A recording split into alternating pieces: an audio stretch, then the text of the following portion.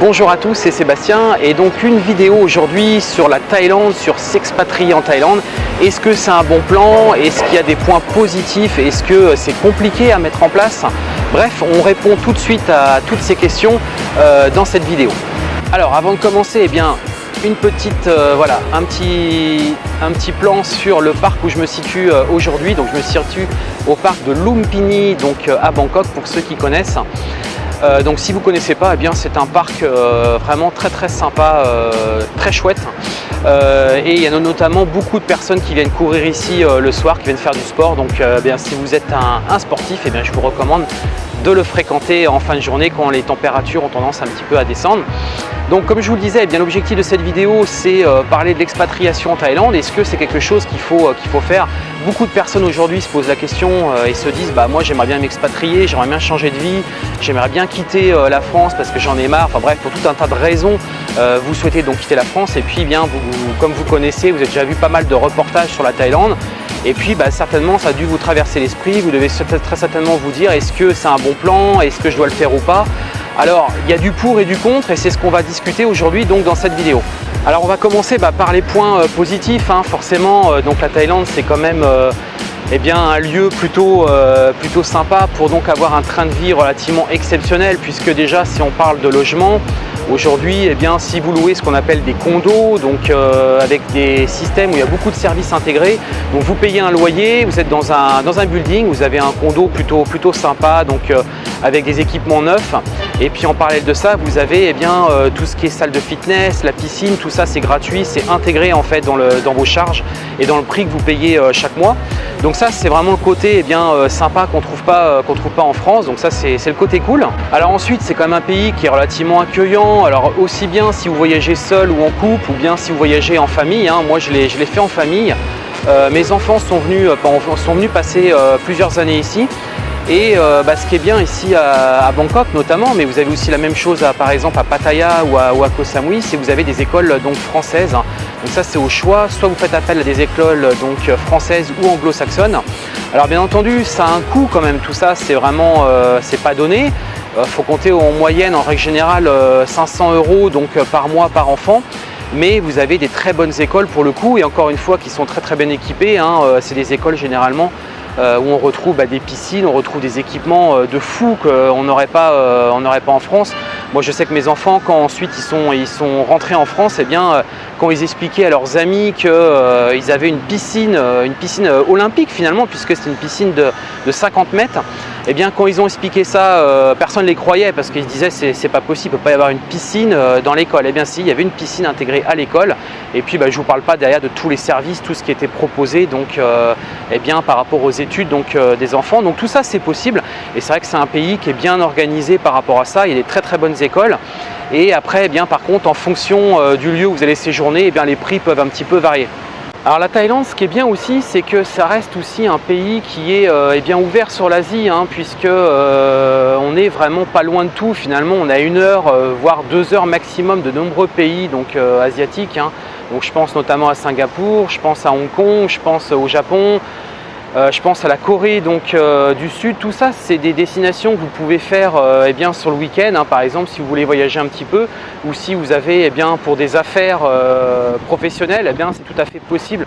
Donc c'est vrai que Bangkok est très bien desservi en termes, donc ça reste un hub asiatique on va dire, donc vous êtes relié à de nombreuses destinations eh bien, très rapidement en très peu de temps et pour un coût pour le coup très modique, hein. On peut vraiment aller à Singapour pour une trentaine d'euros, donc ça c'est quand même forcément appréciable.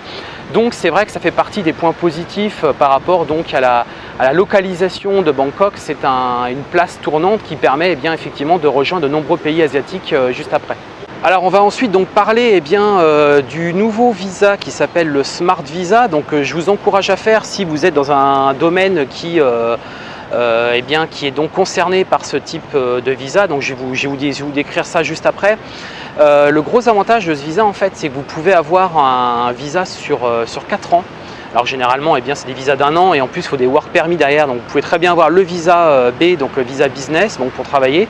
Mais en parallèle de ça, il faut un work permit. Ce qui est bien dans ce visa de 4 ans, c'est que vous avez donc eh bien, votre visa et puis le work permit qui est associé. Donc vous pouvez travailler, vous pouvez séjourner. Et en plus, ce qui est super bien, c'est que vous pouvez faire venir bien votre épouse et vos enfants qui ont donc des visas O. Et le gros avantage, eh bien, c'est que vous pouvez donc eh bien, vivre sur Bangkok en toute tranquillité, parce que ça reste, et donc ça on va y venir juste après, le problème donc, de la Thaïlande, c'est l'histoire des visas, c'est vraiment quelque chose qui est compliqué. Donc je vous parle de celui-ci parce que c'est partie des points positifs, puis après on va parler des points négatifs donc, à séjourner donc, en Thaïlande. Donc le visa Smart, eh bien, il y a plusieurs domaines, hein. Donc, par exemple, il y a tout ce qui est domaine médical, robotique, tout ce qui est digital, automobile, aviation, bref, il y a 10 domaines qui sont concernés par ce type de visa. Et en gros, c'est quoi? Eh bien, c'est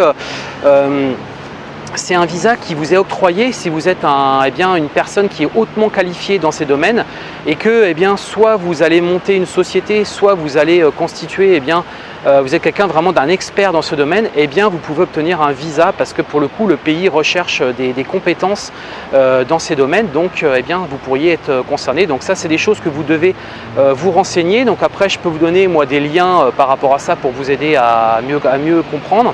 Mais en gros, c'est un système donc, de BOI, donc c'est un système d'investissement donc, prévu par la Thaïlande.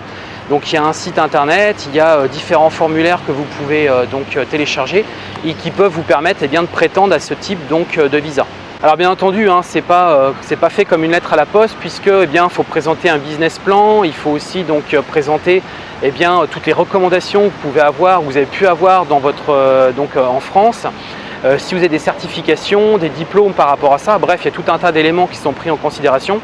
Alors bien entendu, il y a tout un process à suivre, hein. On n'obtient pas ce visa-là très facilement quand même. Il faut d'ailleurs que vous ayez des certifications ou que vous ayez une expérience donc, dans ces domaines et que vous soyez encore une fois quelqu'un de hautement donc, qualifié dans les domaines recherchés. Alors je vous parle de ce visa-là parce que effectivement c'est un visa qui vous permet eh bien, de séjourner pendant 4 ans minimum, puis après c'est renouvelable bien entendu. Mais c'est vraiment un visa pour le coup qui vous permet de séjourner quand même pas mal de temps sur la Thaïlande. Parce que moi, ce que j'ai pu en fait constater, donc moi j'ai monté une société donc, en Thaïlande et puis j'ai eu aussi un BOI parce que je suis dans un domaine d'activité qui intéressait donc le pays. Mais on va aborder maintenant eh bien, un point compliqué donc, de la Thaïlande, eh bien, c'est d'avoir donc un visa de travail. Puisque eh bien, ici, si vous n'avez pas de visa de travail, vous êtes considéré comme un touriste et un touriste, eh bien, vous êtes limité dans le temps. Maximum, vous pouvez vraiment, en vous organisant bien, vous pouvez rester 6 mois dans le pays, mais vous serez obligé de sortir. Et pas revenir forcément tout de suite. Alors donc il y a des personnes qui aujourd'hui arrivent à gérer ça en faisant des sorties, prendre des billets d'avion, en allant à Hong Kong, en allant sur Singapour par exemple, et puis en restant plusieurs jours. Mais ça reste quand même compliqué à mettre en place, donc ça, il faut que vous l'ayez bien en tête. Donc généralement, moi ce que j'ai remarqué, c'est que soit c'est des personnes qui sont envoyées eh bien, par des entreprises qui ont un rayonnement international. Donc là, ce sont des expatriés eh bien, effectivement, qui sont payés, qui sont donc embauchés par des entreprises internationales. Ou ensuite, vous pouvez eh bien, monter une société et donc du coup eh bien, obtenir donc, un visa de travail. Mais encore une fois, ça reste vraiment compliqué parce que même pour monter une société, il faut quand même des fonds. C'est pas 500 ou 1000 euros comme en France, c'est beaucoup plus cher que ça. Et même si vous avez pu réussir à monter votre société, il n'est pas certain que vous ayez ensuite un visa, puisque c'est aussi lié donc aux embauches de personnel. Donc il faut embaucher des personnes, donc des Thaïlandais, hein, au minimum 4. Il faut déposer de l'argent et on parle de 50 000 euros, donc c'est quand même des sommes relativement importantes. Donc après, il y a des personnes qui aujourd'hui eh bien, se disent je vais monter un bar, je vais monter un restaurant, je vais monter un business comme celui-ci parce qu'ils ont eu une petite affaire en France ou qu'ils ont un petit peu de connaissances. Sachez qu'ici c'est quand même relativement bouché, beaucoup de gens l'ont déjà fait, aussi bien à Bangkok que sur les îles comme Koh Samui ou Pattaya ou bref d'autres lieux donc, de la Thaïlande. C'est quand même des endroits qui sont super bouchés parce qu'il y a déjà pas mal de personnes qui l'ont fait. Donc moi je vous déconseille parce qu'il y a beaucoup de personnes qui se font avoir, qui rachètent des affaires et puis qui au final perdent de l'argent parce que eh bien, ils n'ont pas connaissance du pays, ils n'ont pas fait un bon business plan, bref ils partent droit donc à leur perte.